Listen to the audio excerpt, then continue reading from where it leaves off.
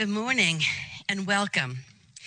I'm Carol Cook. It's 10 o'clock and I call the April 14th, 2020 regular school board meeting to order. Before we go any further, let me call the roll to make sure we know who's present on our virtual dais. Mrs. Kane? Can you unmute and say you're present? I'm here. Okay. Dr. Carr? Here. Mr. Good Dudley? morning. Mr. Dudley?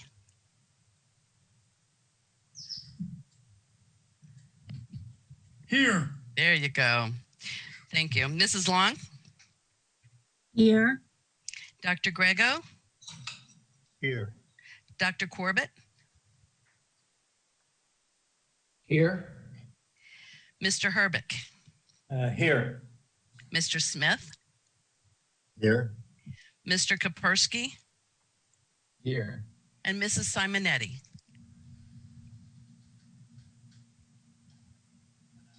I'm here. There you go. Thank you. Mrs. Lentino is unable to be with us today, so our votes will reflect a 6-person vote. Carol, I did not hear you call my name. Oh, Ms. Flowers, are you there? Yes, ma'am. Okay, good. Thank you for catching that. And I apologize. Obviously, we're in a unique time and our meeting has been adjusted to meet those circumstances. Although we are meeting virtually, we have attempted to keep our meeting procedures as consistent as possible. However, there will be some changes that are necessary. Before we proceed, I want to review our new virtual meeting procedures for all who are listening. First, although we were all in separate locations, our school board members, as well as Dr. Grego and other district staff who need to speak, will be able to comment as needed. As chairman, I will continue to lead the meeting and we will work through the agenda as normal, or as normal as possible.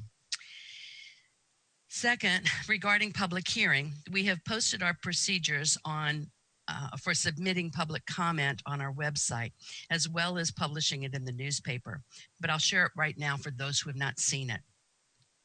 Anyone wishing to submit a comment for any of the speaking opportunities under our policy may do so in one of two ways. First, you can send a comment in writing to the following email address. It is publiccomment@pcsb, as in Pinellas County School Board.org. Second, you may call 727-588-6122 and orally provide a comment which will be transcribed. All comments submitted prior to the start of the meeting have been sent to the board members and the superintendent prior to the meeting. For all comments submitted after the start of the meeting, but prior to the consideration of the relevant portion of the meeting, district staff will strive to immediately send them to the school board members and superintendent. All public comment timely received will be appended to the meeting minutes. Lastly, I want to thank everyone listening for their interest in Pinellas County Schools and ask that you continue to support public education, not only during this period, but also after we overcome these current challenges. We will continue to strive for 100% student success now and in the future. So with that, let's begin our published agenda. In lieu of an invocation this morning, we will hear from Area Superintendent Ms. Pat Wright for words of inspiration. Good morning. Good morning. Good morning, Board Chair Cook, Mrs. Cook, and the school board members and Dr. Grego. The words of inspiration this morning really come as words of affirmation. The word simply is resilience. Pinellas County School District is resilient. Resiliency is the ability to overcome challenges of all kinds: trauma, tragedy, personal crises, plain old life problems, and bounce back stronger, wiser, and more personally powerful. It's important because that is what we need to do when faced with life's inevitable difficulties.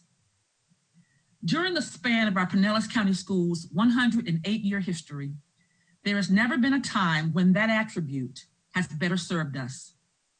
The past 3 weeks have seen us close schools and relaunch them in a totally virtual environment. With crisp military precision, we came to a halt, made an about face, and began to march to the beat of a different cadence. In a time of great uncertainty, and in the midst of something none of us had ever experienced or anticipated, Pinellas County Schools went to work. Staff began to implement a new way of operating. Teachers planned lessons to be delivered through a digital platform. Parents became fast learners and homeschool educators. And our scholars became pupils in cyberspace. All of this and so much more have been accomplished with a spirit of unity. There are no words to adequately describe the synergy of all components: staff, inclusive of instructional and support personnel, parents, community leaders, and business partners coming together to continue and support the momentum of our scholars' education. This may be fleeing effort by many accounts. The words of inspiration today go specifically to our schools, staffs, and students.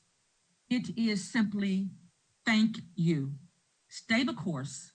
Don't give up. Don't give out. You are resilient. Thank you. Thank you, Ms. Wright. And I think your words are very, very appropriate and well stated. Thank you very much. Although it's not ideal, our students and teachers have truly embraced the digital learning during this difficult time. And we continue to receive examples of the many wonderful ways our students are using technology. They're using it to learn, to connect, and to continue their school and classroom traditions. During the first week of digital learning, the Smith family created an online version of their school's morning news show, the Eagle Eye News. So today, for the Pledge of Allegiance, we will hear from Sydney, Peyton, and Allison Smith from Cypress Woods Elementary.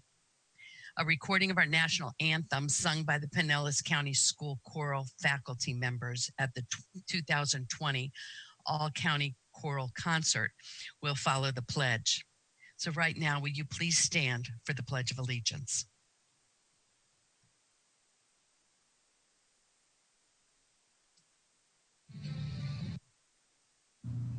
Good morning, Eagles, and we're coming to you live from the Eagle Eye News. Today's top story, coronavirus. But first, please stand for the Pledge of Allegiance. I pledge allegiance to the flag of the United States of America and to the republic for which it stands, one nation, under God, indivisible, with liberty and justice for all.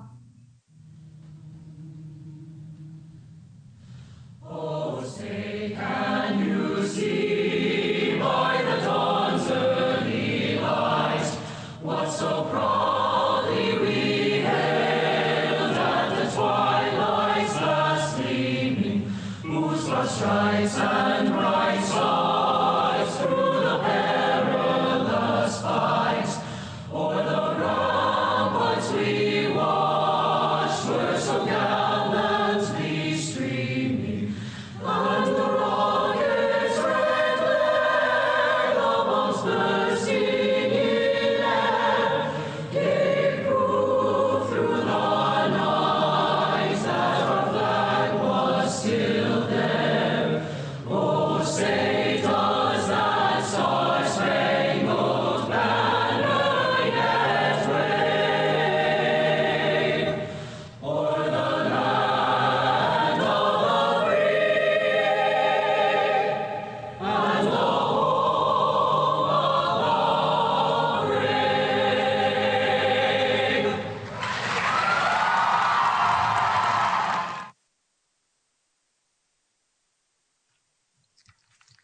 Very good. Thank you, Principal Kim Hill of Cypress Woods Elementary, for sharing your students' work with us. We also will hear from a few students now. We traditionally invite students from the high schools for our Students' Rights and Responsibilities Committee to visit the board meeting to give a presentation about their school. Today, we'll hear a recorded presentation from Jacob O'Fay, Clayton Holland, and Isabella Eckert from Northeast High School.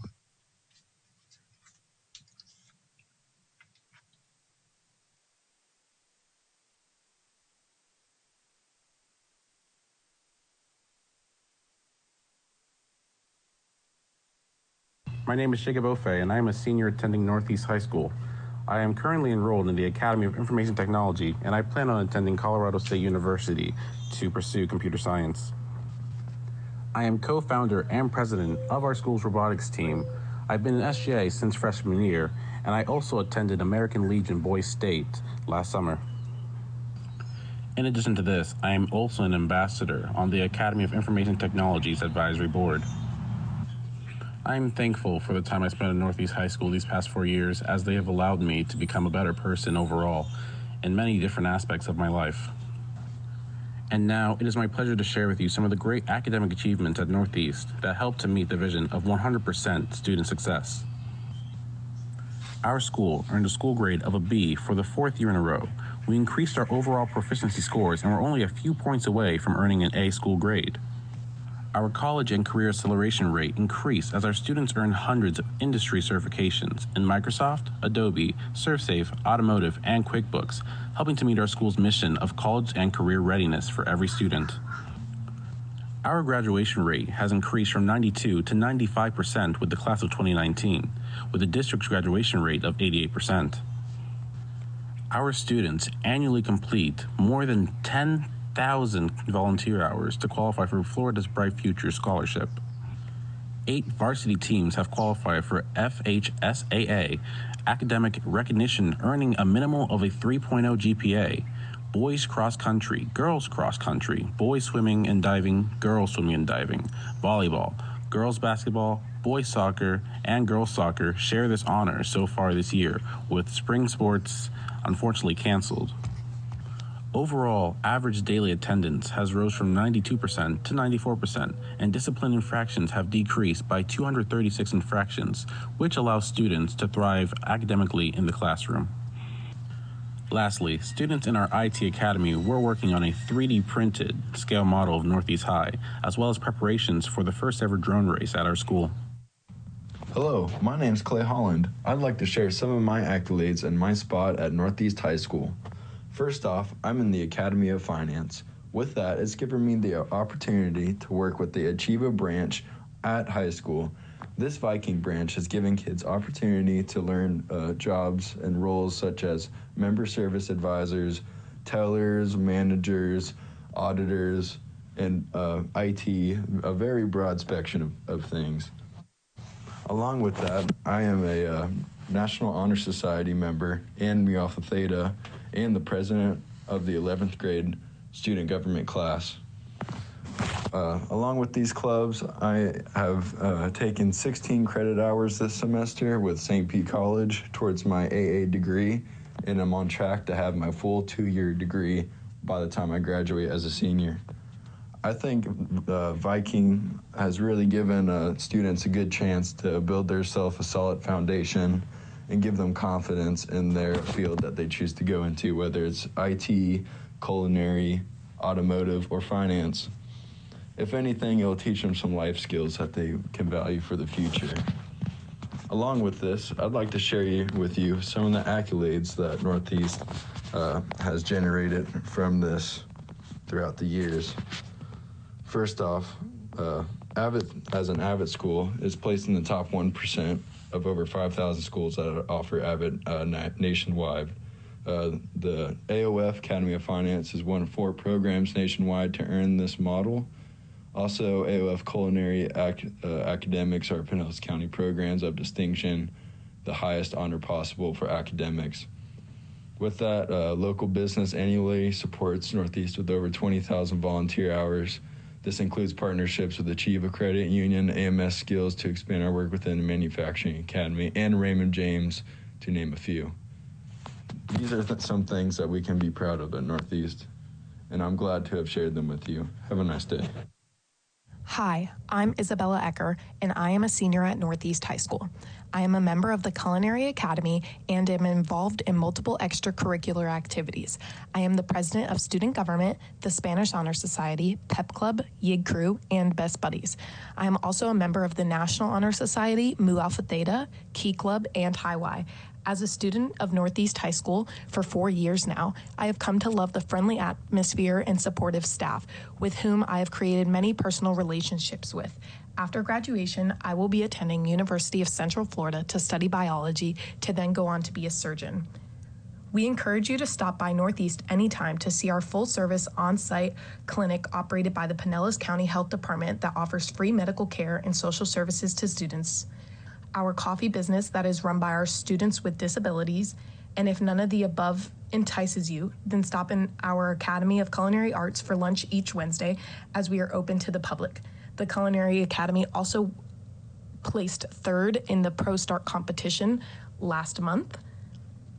Our school has spirit, a positive culture, and pride. As Vikings, we build strong ships. Scholarship, relationship, leadership, partnership, citizenship, and sportsmanship are embedded in all that we do. Once a Viking, always a Viking. We thank you for your leadership and support.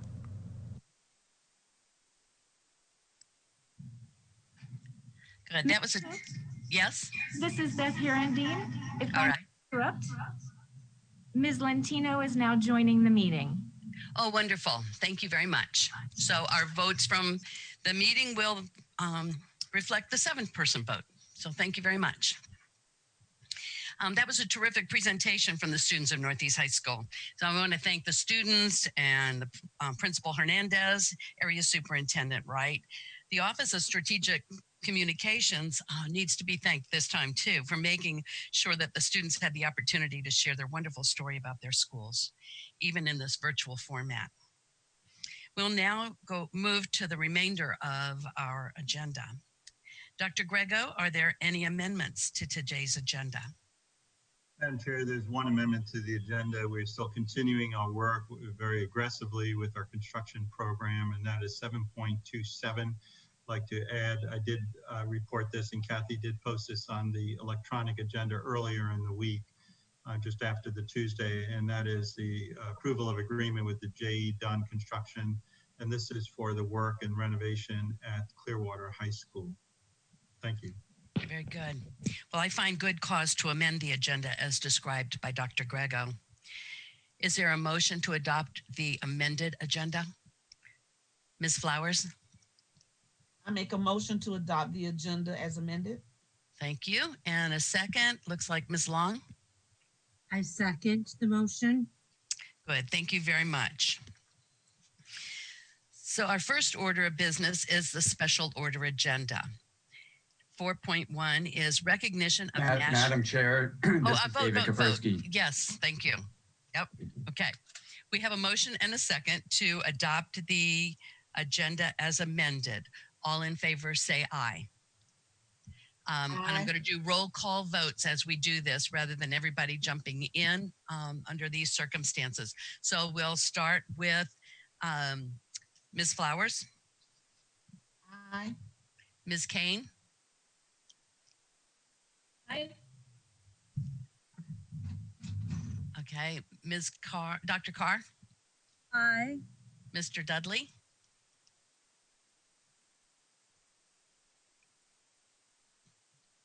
Mr. Dudley. Can someone, there you go. Aye. Okay. Ms. Long. Aye. And Ms. Lentino.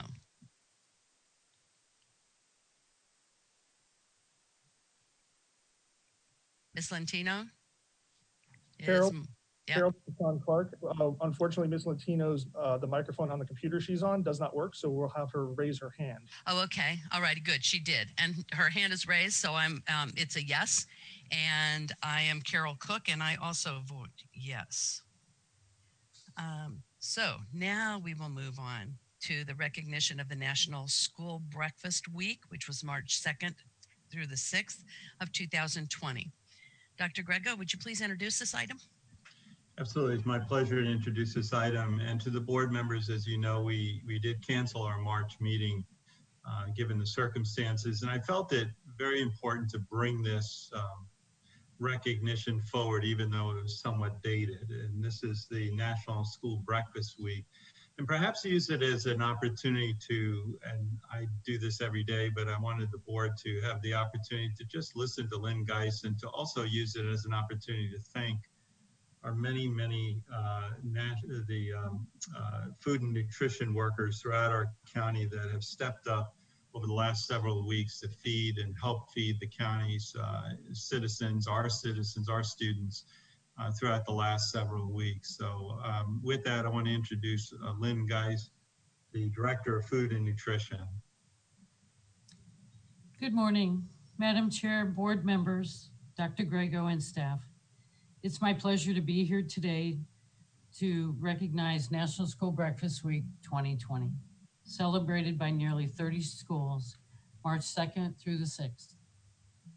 This year's theme was School Breakfast, It's Out of This World, which led to schools celebrating using aliens, astronauts, the solar system, and things that could reflect being out of this world or changing our world.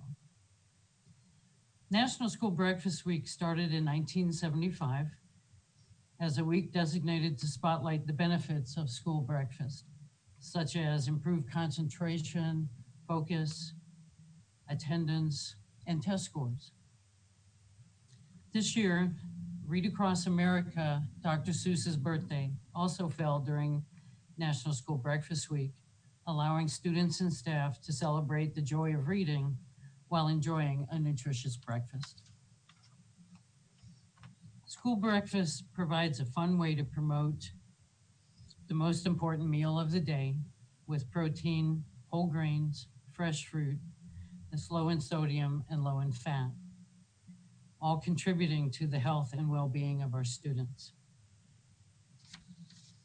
Pinellas County Schools child nutrition professionals provide over 30,000 school breakfasts every school day, with a dedication to feeding our future and achieving 100% student success. On behalf of the over 1,000 food and nutrition team members, I want to share our appreciation for your support. Thank you. Thank you very much, Lynn. Yeah, thank you.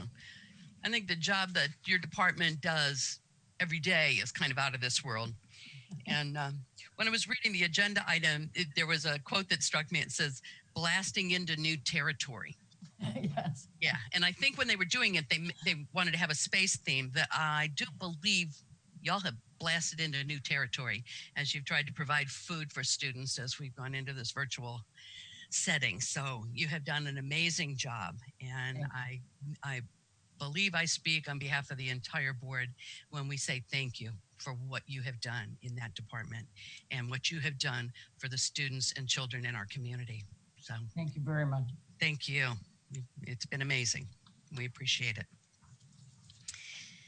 All right, now we'll go to a presentation of the proclamation designating April as National Occupational Therapy Month with Dr. Grego. Would you like to introduce this item? Thank you. Yes, Madam Chair, thank you very much. And April is a great month because we have the opportunity to recognize our many occupational therapists that work with our students each and every day. And Lynn Mowat, the Executive Director of Exceptional Student Education, who oversees not only the service of ESE, but also the occupational therapist, is here to describe some of the activities that normally happen with our occupational therapists. So with that, I'd like to introduce Lynn Mowat. Thank you, Dr. Grego. Good morning, Madam Chair, members of the board, Dr. Grego and staff. It is my great pleasure to have two special guests with me today who will introduce our proclamations. The first is Jenna Maroney. She's an occupational therapist that supports our pre-K assessment team and Blanton Elementary. and she is really an occupational therapist extraordinaire. So she is going to introduce the National Occupational Therapy Month, and I'm going to turn it over to her. Good morning, Madam Chair, board members, Dr. Grego, staff, and community members. April is recognized as National Occupational Therapy Month, sponsored by the American Occupational Therapy Association. Occupational therapy is defined as the use of everyday life activities with individuals or groups for the purposes of enhancing or enabling participation in roles, habits, routines in school, community, and other settings. Occupational therapy practitioners are concerned with the results of participation and thus enabling engagement through adaptations and modifications to the environment or objects within the environment when needed. Pinellas County occupational therapy staff play an important role in supporting student achievement through direct services, as well as collaboration with school teams to promote access to and engagement in their curriculum. Our occupational therapy staff assess and treat approximately 2,400 students ages 3 to 22, whose disabilities limit their fine motor, visual motor, daily living, organizational, and social participation skills. During the COVID-19 pandemic and transition to digital learning, our district occupational therapists are using creativity and a wealth of knowledge to support students and families in their home environment. We are pleased to recognize this April as National Occupational Therapy Month. Thank you. Good, thank you. Mr. Dudley, I believe you have the proclamation to read for us.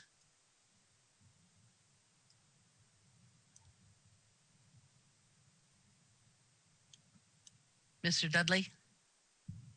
Can you hear me? Now we can, yes. Okay, sorry about that. That's all right. Proclamation National Occupational Therapy Month. Whereas Pinellas County Schools encourage options for an active and healthy lifestyle, and whereas in the best interest of the public, occupational therapy should be provided by a licensed occupational therapist to improve fine motor, visual motor, and daily living skills so all students have access to the curriculum.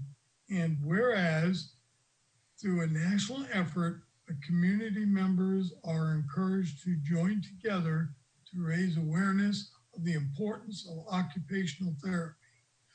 And whereas this effort will bring awareness to our schools, community, and around the country of the roles of occupational therapists in schools.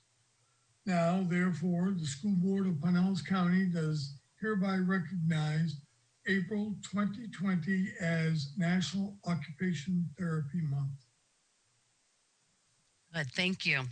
And do we have a motion to adopt the proclamation designating April as National Occupational Therapy Month? This is Renee Flowers. I would motion to adopt. Okay. And Mrs. Bill, Okay. and I second it. All righty, so we have a motion and a second to adopt the proclamation designating April as National Occupational Therapy Month. All in favor, say aye as I call your name. Or at this point, vote, say yes or no if you're going to adopt the agenda or not. Okay, so Ms. Carr, Dr. Carr. Yes. Yes. Mr. Dudley, Yes. Ms. Flowers, Yes. Ms. Long, Yes. Mrs. Cook says yes, and Ms. Lentino's hand is raised, so it also passes 7-0. All righty. Mrs. Cook, I'm not sure you got Mrs. Kane's vote. Oh, okay, Ms. Kane?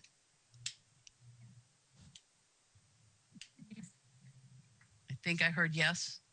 Yes. Okay, very good. All right, so it is 7-0. Thank you. And we will now move to the presentation of the proclamation of April as National Autism Awareness Month. Yes, Madam Chair, this is Mike Rego. Let me introduce also Lynn Mowat again, and also thank Lynn and recognize Lynn for the tremendous work that she does.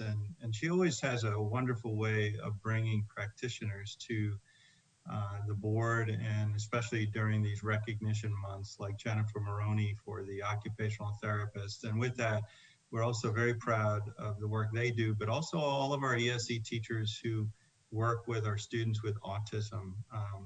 Just a wonderful calling and education. And with that, Lynn, I know you're still there, but thank you for everything that you do.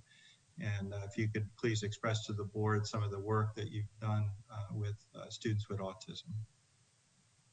Thank you, Dr. Grego. My second special guest is Jennifer Lum, who is a teacher of students with autism spectrum disorder at San Jose Elementary School. And she's a leader in creating a classroom with high expectations and supports that guide independence. You're going to have the pleasure of seeing some photos that she shared with me for your viewing pleasure. And she will introduce the National Autism Awareness Month proclamation to you. Hi all, I am Jennifer Lum and I work at San Jose Elementary School, just like Lynn said. Good morning, Madam Chairwoman, members of the board, Dr. Grego, and staff. April is National Autism Awareness Month. Since 1970, April has been designated as National Autism Awareness Month by the National Autism Society in order to highlight the growing need for awareness about autism.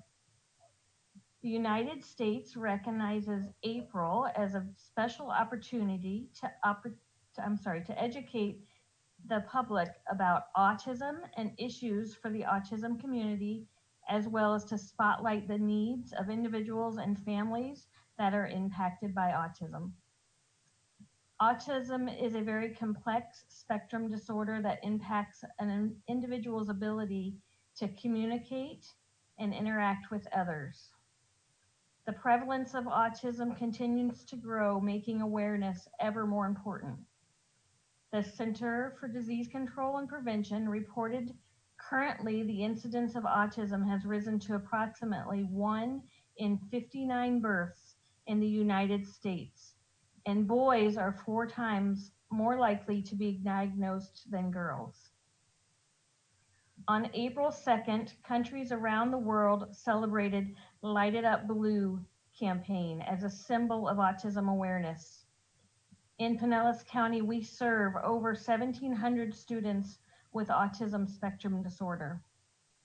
The services provided cover a continuum and range of from inclusive services in a general education environment to services provided in a center school setting. This range is designed to meet the unique and sometimes complex needs of our students.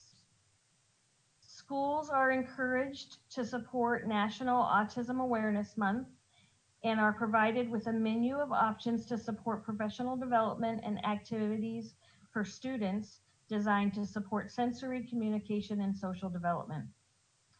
Thank you for recognizing and supporting National Autism Awareness Month. Thank you, Jennifer. This is Mike Rego, and to the 2 Jennifers that have joined us this morning, I really appreciate you being online to talk with our board and just really celebrating this and thank you to all of our ESE teachers who, specifically those who work directly with students with autism. Thank you, Dr. Greco. Very good. Thank you. We echo our thanks as well. Ms. Long, I believe you have the proclamation to read for us. Yes, I do. Autism Awareness Month. Whereas autism is the fastest growing developmental disability in the United States, affecting more than 3 million people. And whereas autism is the result of a neurological disorder that affects the normal functioning of the human brain and can affect anyone. And whereas as the effort to address autism continues, doctors, therapists, and educators can help persons with autism overcome or adjust to its challenges and provide early, accurate diagnosis and the resulting appropriate education, intervention, and therapy that are vital to the future growth and development. And whereas this effort will bring awareness to our schools, community, and around the country of the honor to take part in the annual observance of Autism Awareness Month and World Autism Awareness Day, in the hope that it will lead to a better understanding of the disorder. Now, therefore, the School Board of Pinellas County does hereby recognize April 2020 as Autism Awareness Month. Thank you. And do we have a motion to adopt the proclamation? I motion. All righty, we have a motion. Do we have a second? Renee Flowers, I second the motion. Okay, so we have a motion and a second to adopt the proclamation to designating April as a National Autism Awareness Month. Again, I'm going to do a roll call vote, and I'm going to start with Mr. Dudley.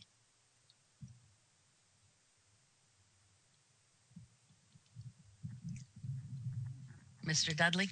Yes, I'm clicking buttons here. I got all kinds of stuff on my screen here. Yes. Yeah, okay, good. Thank you. Ms. Flowers? Yes. Ms. Long? Yes. I also vote yes. Ms. Kane? Yes. Dr. Carr? Yes. And I see Ms. Lentino's hand raised as well, so it passes with a 7-0. Thank you very much. Well, this is when we would normally ask for speakers addressing the items on the agenda. And as mentioned earlier at the beginning of the meeting, we have a different procedure for input.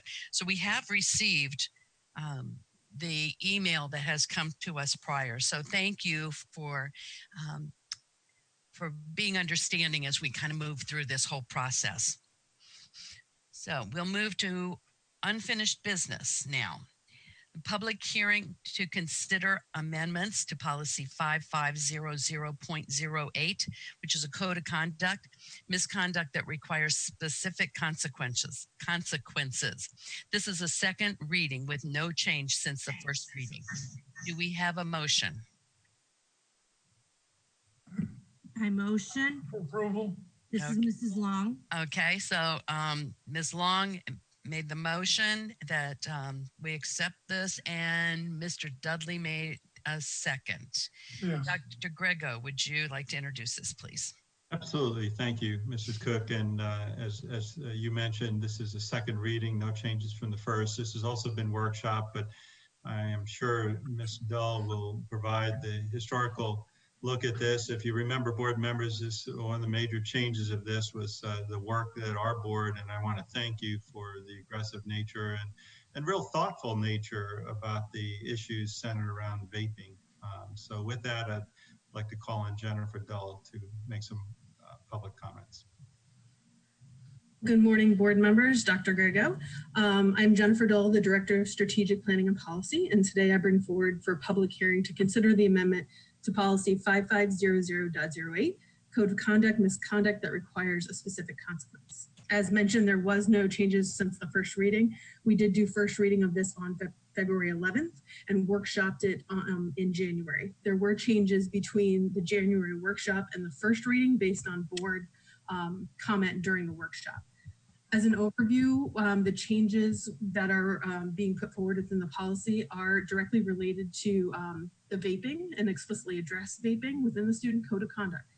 The language expands what was previously in the tobacco and nicotine section, so now it reads tobacco, nicotine, and vaping.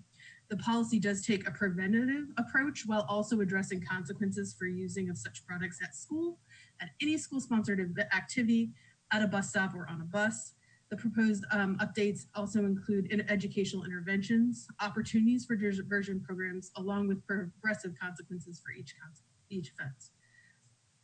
There is one other update within the policy that does not have to do with the vaping additions. It is a stricken of the word and alignment for the threat assessments in alignment with legislative sessions to ensure that we remain in compliance. I do want to say that these codified practices, this change in one word does not change in what we have been doing. It just codifies the alignment with statutory requirements and language.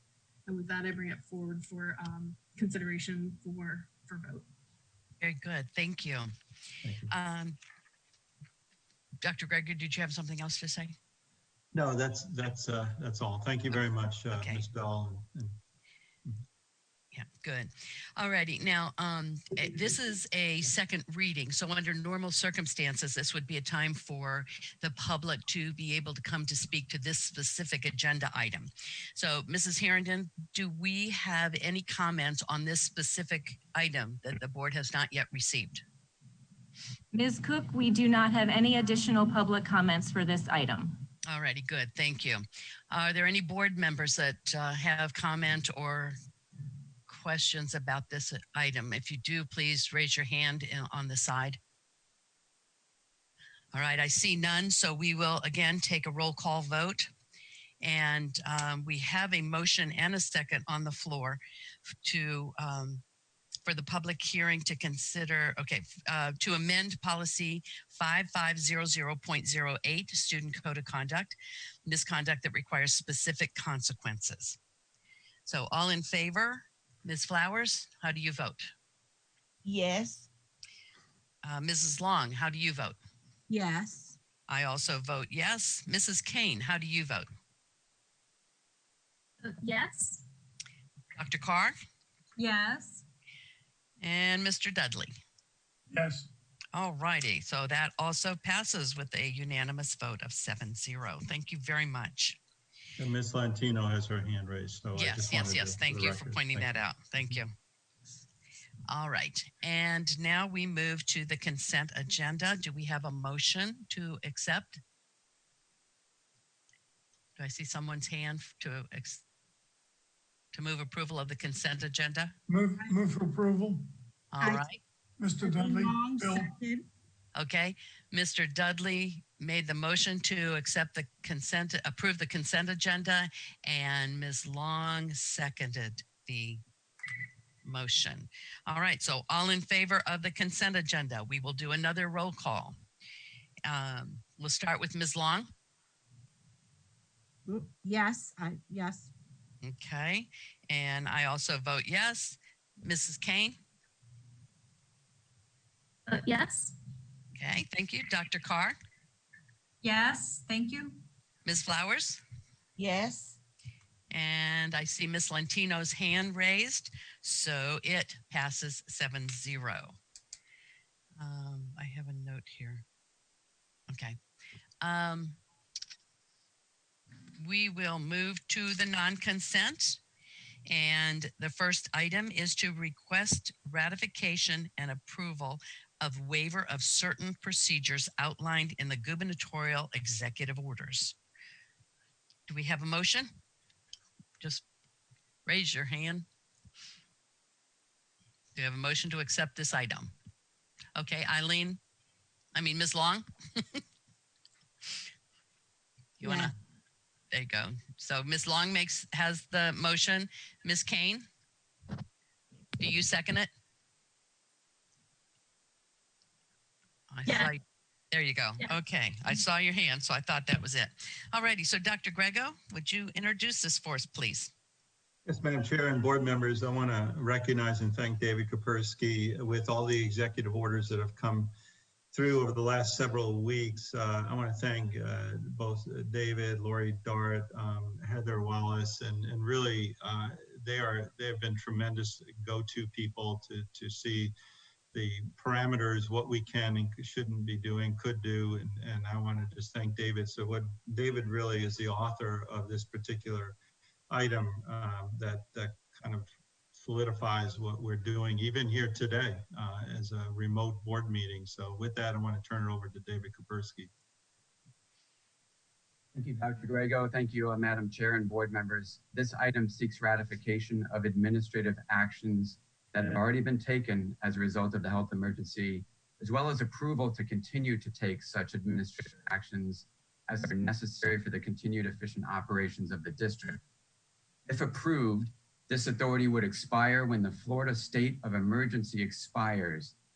As of today, that would expire on May 8th, and that's based upon Executive Order 20-52 that originally invoked the state of emergency and had a 30-day effective date.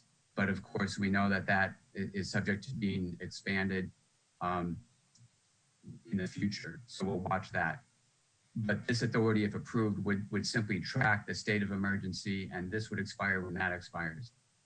So as you know, your normal schedule of school board meetings is being honored, although the meetings will be held virtually at least through April and potentially longer. So normal business agenda items will continue to be voted upon by the school board, and no major decisions are anticipated to be made outside of formal board action, but approval of this item will allow the district administration to act prior to a school board meeting when that is necessary. But again, we have a school board meeting in 2 weeks, and we are bringing items to you, or Dr. Grego is bringing items to you in the normal course of business. So this action not only seeks that approval going forward, but as I mentioned, also to ratify past actions that were needed to be taken since the last regular school board meeting. And that includes the waiver of the student attendance requirement in the final exam exemption policy, if you remember that, the cancellation of the March 24th school board meeting, and various other administrative actions that were taken outside of the normal strict dictates of policy, regulations, and statutes. Please know that other school boards, not only in Florida, but across the country, are taking similar actions. And whether they are styling them as resolutions, emergency policies, or just a standard agenda item, they all seek the same thing: to grant authority to the district administrations to take actions that are necessary to keep the districts running smoothly during this time of disruption. So with that, if you have any questions, I'll be happy to answer them. Thank you. All righty, thank you. Did I ask for a motion on this already? Do we have a motion? Yes. Okay, so we have a motion and a second to ratify the and approve the waiver of certain procedures outlined in the gubernatorial executive orders. Are there any questions, comments, concerns? All right, I see no hands, so we will take a roll call vote. And we will begin with Ms. Long. Yes. Okay, and I also vote yes. Ms. Kane? Yes. Dr. Carr? Yes. Mr. Dudley? Yes. Ms. Flowers? Yes, ma'am. Ms. Lentino's hand is raised, and we are good to go with a 7-0 vote. Thank you very much. Y'all are getting good at this. We'll move to 8.2, request approval to initiate litigation against manufacturers, distributors, and sellers of electronic cigarettes and vaping products, and to contract with the Mayer Law Firm and Wagstaff and Cartmel. Do we have a motion? This is Renee Flowers. I'm motion. Okay, and Ms. Kane, your hand is raised. Can we call that a second? Yes, I motion for second. Okay, so we have a motion and a second. Dr. Grego. Yes, thank you, Madam Chair and school board members. This too is connected to our student code of conduct, and the action you took earlier in the second reading is also a very public testimony in terms of our school board's attention and desire for safety for our young people and the attack on young people with vaping. So I want to again thank David Kapersky for bringing this law firm, this firm is working with major school districts throughout the United States, but thanking for bringing this firm and some key members of the firm during one of our most recent workshops. And with that, David, if you could just introduce or remind the board, and also as a means of public comment, the general public, how our board is truly looking out for the best interest of the health and well-being of our young people in this Pinellas County community. Thank you, Dr. Grego. This is David Kapersky, the school board attorney, and thank you, Madam Chair and board members. This agenda item seeks approval of the retainer agreement with 2 law firms, the representatives of which you met at your February 18th workshop meeting. After that point in time, when the board gave me direction, I have negotiated the agreement with the lawyers who presented at that workshop. The contract is very similar to what other Florida School Board clients have approved around the state. As noted at the workshop and in the agenda item, there is absolutely no financial cost, nor could there ever be any financial cost for the school board in this litigation. What we will need to do, and I will coordinate these efforts, is to gather some records and data from some of our schools in order to support our claims. But again, I will coordinate that with the area superintendents and with our various departments in the district. We are also able to terminate our agreement with these lawyers at any time without cost or penalty. So this is a truly a no risk scenario for the school board and the school district. At this time, we are the 4th Florida school board to join with these lawyers, who themselves represent the majority of the larger school boards in the country in this litigation, and the majority of school boards in the state of Florida in this litigation. If you recall, they also indicated that their representatives from their firms were the ones who were the lead court representatives in this multi-district litigation. So I believe that we are in good hands and will be well represented by these law firms in this litigation. So with that, if you have any questions, I would be happy to answer them. Thank you. Good, thank you. And we did spend quite a bit of time with this at our workshop, and we appreciate the fact that they actually came and spoke with us. Are there any questions, comments, or concerns with this item that what people want to share? Ms. Long? Yes, I just wanted to remind everyone that at the day in the legislature at our FSBA meeting, majority of school systems around Florida are wanting to participate in this because it is such a terrible problem that's occurring for our young people. Right, that's right. Good, thank you. Any other comments? All right, seeing none, we have a motion and a second to approve the litigation against manufacturers, distributors, and sellers of electronic cigarettes and vaping products, and to contract with Mayer Law Firm and Wagstaff and Cartmel. All in favor, I will again do a roll call vote. We'll start with Mrs. Kane. But yes. Okay, Mrs. Kane votes yes. Dr. Carr? Yes. Mr. Dudley? Yes. Ms. Flowers? Yes, ma'am. All right, Ms. Lentino's hand is being waved. Mrs. Long? Yes. And I also vote yes. It passes unanimously. Thank you. The next item is to request approval of the reimbursement resolution. Do we have a motion? Motion. This is Nicole Carr, school board member, motion. Okay, Dr. Carr made the motion. Do we have a second? This is Renee Flowers. I second the motion. Okay, and Ms. Flowers has seconded the motion. Dr. Grego? Yes, Madam Chair and board members, this item always excites me and really our community. If you take a look at some of the schools, it may not be all of them that really works with the certificate of participation, but one in particular, the Clearwater, the Tyrone, the Sanderlin expansion to compete with our certainly our students in St. Petersburg. Mr. Herbig has done and Mr. Smith has done a wonderful job of trying to project 3, 4, 5 years down the road of what our capital needs are and capital projects. And so this is just asking permission to proceed. And with that, I want to ask Kevin Smith to fully explain this reimbursement resolution and in detail what it actually means. Okay, thank you. Thank you, Dr. Grego, Madam Chair, school board members and staff. This reimbursement resolution, as Dr. Grego alluded to, is related to our COPS program. As you recall, back in 2017, we had an initial offering of COPS of about $60 million, and this is our second round, potentially. This particular resolution is a mechanism to allow us to reimburse our capital fund for expenses that we incur prior to bonding in the event we decide to bond these projects.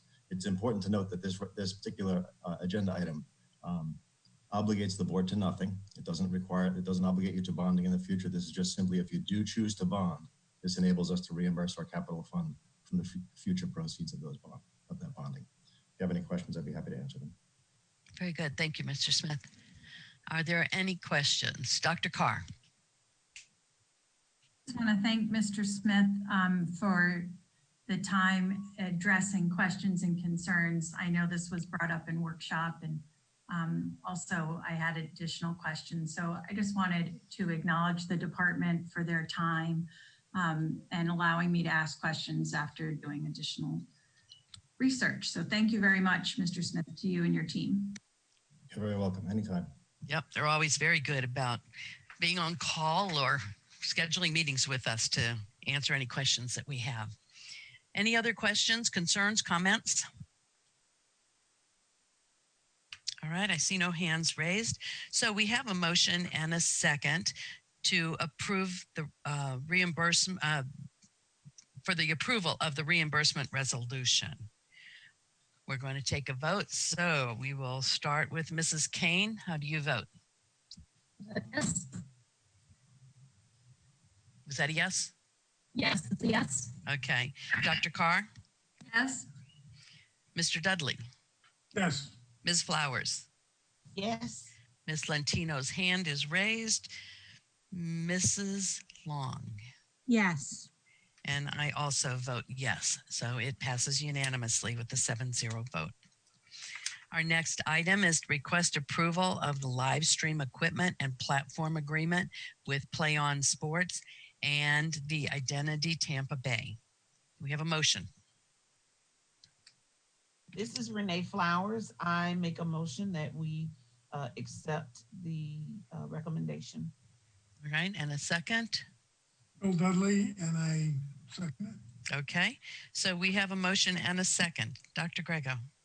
Yes, Madam Chair and board members, as you remember, this is kind of bringing back some of the things we discussed during our past workshop. This Play On Sports is an exciting program that Al Bennett brought to you, and I'm going to ask, Al is in the audience, but I'm also going to ask Kevin Hendrick to just remind us of the details of this. And as a means of expanding the exposure of our athletes and even assisting our coaches during practices, being able to videotape practices and look at it and examine their players along the way. As you know, Spectrum is no longer working in this capacity as we've had in the past. So I think this is a great way to fill that gap. So Mr. Hendrick, I know you're there. Good morning. Thank you, Dr. Grego, Mrs. Cook, board members, and staff. This agreement is with two organizations, Play On Sports and the Identity Tampa Bay, in partnership with Pinellas County Schools. It will allow for live streaming of all events to be held in our high school gymnasiums and football, soccer, and lacrosse fields. Games and other events such as practices, as Dr. Grego described, or perhaps celebrations in school gyms or fields can be broadcast at the discretion of individual schools.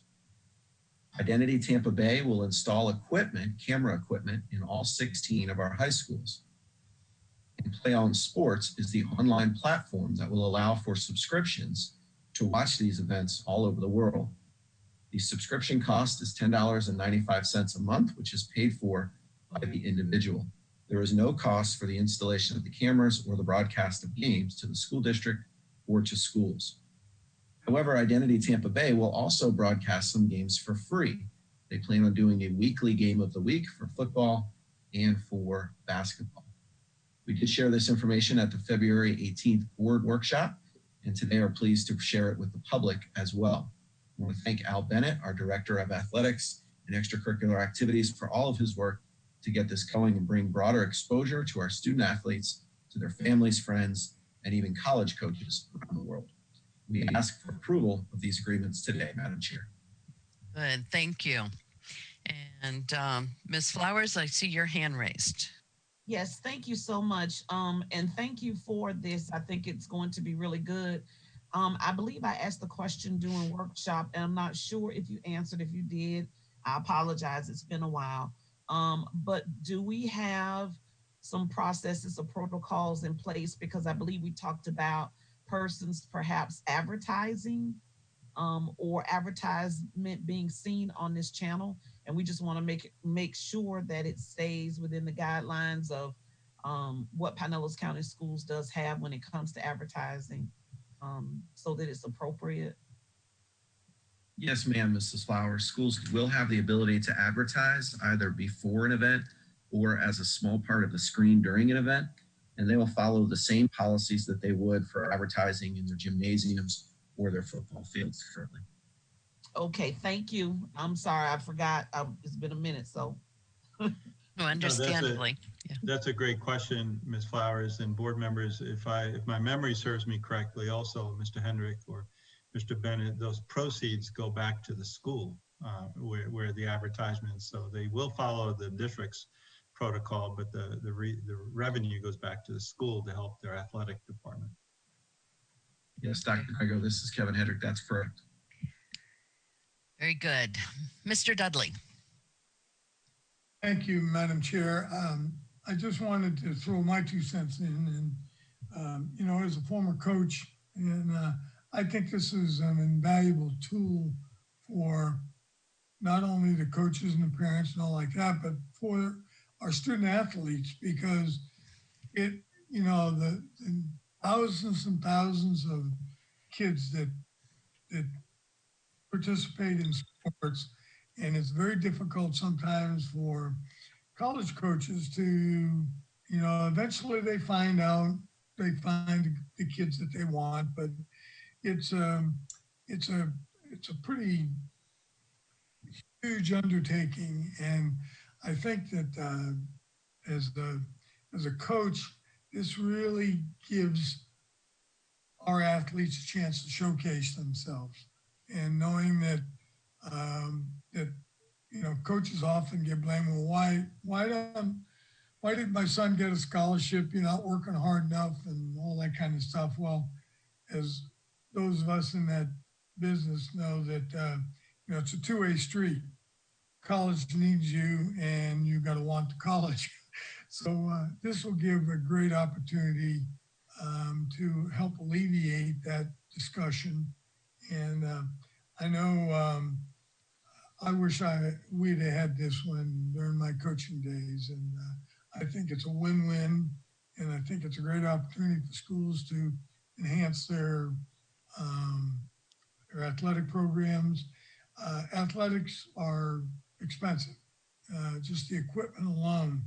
I mean, lacrosse, for crying out loud, costs like $8,000 to start up per sport for boys and girls, and so. You know, this certainly will go a long way towards alleviating part of that situation. So I think it's a great move by the county, and thank you, Al Bennett and Kevin, and you know, for your input, and I'm really looking forward to seeing how it all works out. Thank you. Very good. Thank you. All right, I see no other hands. So we do have a motion and a second for the approval of the live stream equipment and platform agreement with Play On Sports and the Identity Tampa Bay. All in favor, as I call the roll call. Dr. Carr? Yes. Mr. Dudley? Yes. Ms. Flowers? Yes. Ms. Lentino's hand is raised. Mrs. Long? Yes. And I also vote yes. Again, a unanimous vote. Thank you all very much. And we now go to the public hearing to receive public comments on the recommended instructional materials for 2020-2021. Dr. Grego. Yes, Madam Chair. This is a requirement by statute, and with that, I believe Kevin Hendrick should still be there. So this is from his division in terms of as we begin to prepare. I know that we have a lot going on now, but I want to thank him and the entire teaching and learning division to look forward for the 2021 school year, because we will have a school year 2021 and we are getting ready. So Mr. Hendrick. Yes, Dr. Grego, thank you. Chairwoman Cook, board members, Dr. Grego and staff. It's my pleasure to present our annual instructional materials adoption. Board members, as you know, there is state statute that governs the instructional materials process for certain academic subjects. The subjects rotate in a 5-year cycle, and this year's adoption is for world languages and career technical education. The process is outlined in state statute and further defined by the Florida Department of Education. Since last spring, teams of teachers, members of the public, and district office members have researched instructional materials for each identified course. Earlier this winter, these groups selected materials and shared them with teachers at all of our schools. As required by statute, these were then posted online for public review from March 2nd through March 23rd for the public to provide input into the selection in the 53 courses that were up for adoption. Today, board members, you are not required to take any action, but simply to listen and consider any public comment on these instructional materials. The public comment is also reviewed by members of teaching and learning in preparation for presenting materials for adoption later this spring. Once again, board members, there's no action required at this time. Mrs. Cook, I'll pass it back to you. Very good, thank you. Now this again is a time when we would be receiving public comment on this specific agenda item according to policy and law. So Mrs. Herndon, have you received any comments on this particular item? We have received no public comment on this item, Mrs. Cook. All right, fine, thank you. So we will move on now to our new business. We have items introduced by the superintendent. Dr. Grego. Thank you, Madam Chair, and to school board members. It's almost like, where do I begin? The last few weeks have been certainly a whirlwind, but one that I couldn't be more proud of in the district that I work in and also the school board I work for. I want to start by thanking each of you. I have tried to the best of my ability, keep in touch with you without pestering you and calling every day. And I also want to thank you for the space that you've allowed the leadership team and myself to operate very quickly, decisively to engage our scholars throughout our district and to certainly work with our partners throughout this community. I think Ms. Wright in the beginning opening inspiration said it best in terms of how she captured this gathering together of this village of we call Pinellas County School District. And I want to thank her and I thought her words were very pointed and very meaningful. Also recognize that even the national anthem, it might have been taped, but those are our teachers. And in some ways, one of the things I think we all learned is that how much we need or at least maybe take for granted this socialization that we've had with one another. As we've seen the car caravans go through neighborhoods and students waving and teachers, the videos, just the love that has been outpouring into our community, it certainly points to the fact that we need social interaction and it's important to us even throughout this time. So we're finding ways to do that. And I just want to say thank you and how proud I am of our teachers, our support staff, food and nutrition workers, our head plan operators, our leadership, every single employee. Our transportation department has been contributing and whatever it takes type of attitude. So one of the things I thought would be meaningful, not only to this board, but really to the general public that might be listening, is just a few words of an update, and then I'll open it up. But I want to dedicate my items introduced by the superintendent to just provide this board and the general public somewhat of a timely update. As you know, our spring break was like no other spring break. That March 16th through 20th was spent by so many people throughout our district, our leadership team and many others working 12, 14, 16 hours a day, as we knew that the following week, the 23rd through 27th, was going to be, as we were terming it, a digital transition. It was a transition week, and that transition week meant we were going to distribute digital devices. We were going to feed this community. We were going to start to do training to teachers, support staff. We had 100 plus questions to answer.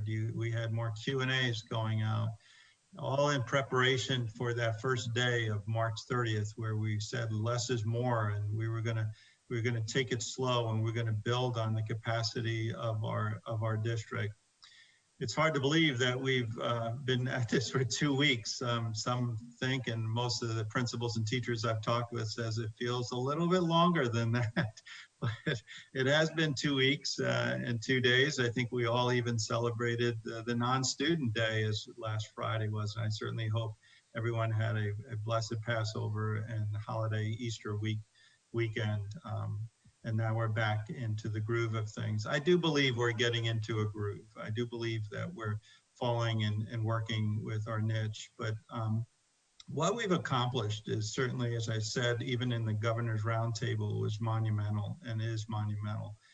Our school staffs, leaders of the school, principals, assistant principals, the district office, they worked incredibly hard, all going above and beyond to ensure that learning continues.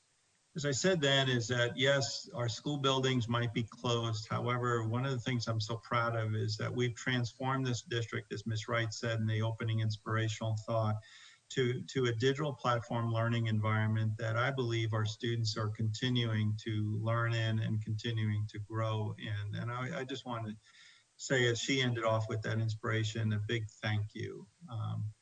But one of the things we saw early on is our need for consistent and streamlined communication. And I want to thank the communications department. I'm not going to be able to name them all because there's a great number of them, but Jennifer Herendine, you're the director of that. I want to start with you and your entire team.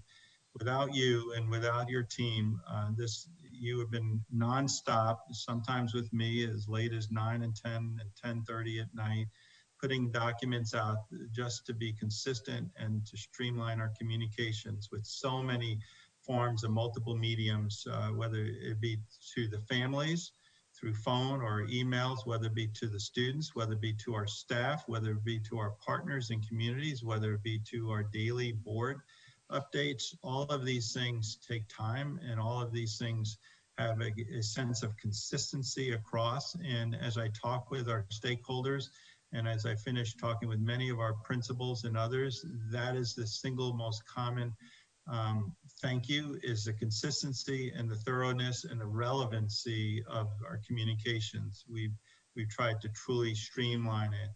Our Microsoft Teams platform, Jennifer Dull, you've done remarkable work of consolidating the various forms of communications into one voice, so that no employee, no leader of a school has to look at, well, who said this? Was this Mr. Hendrick? Let me go back and search his emails and see if I can find it. We have consolidated all communications by topic into one area, and our leaders and our teachers truly appreciate that.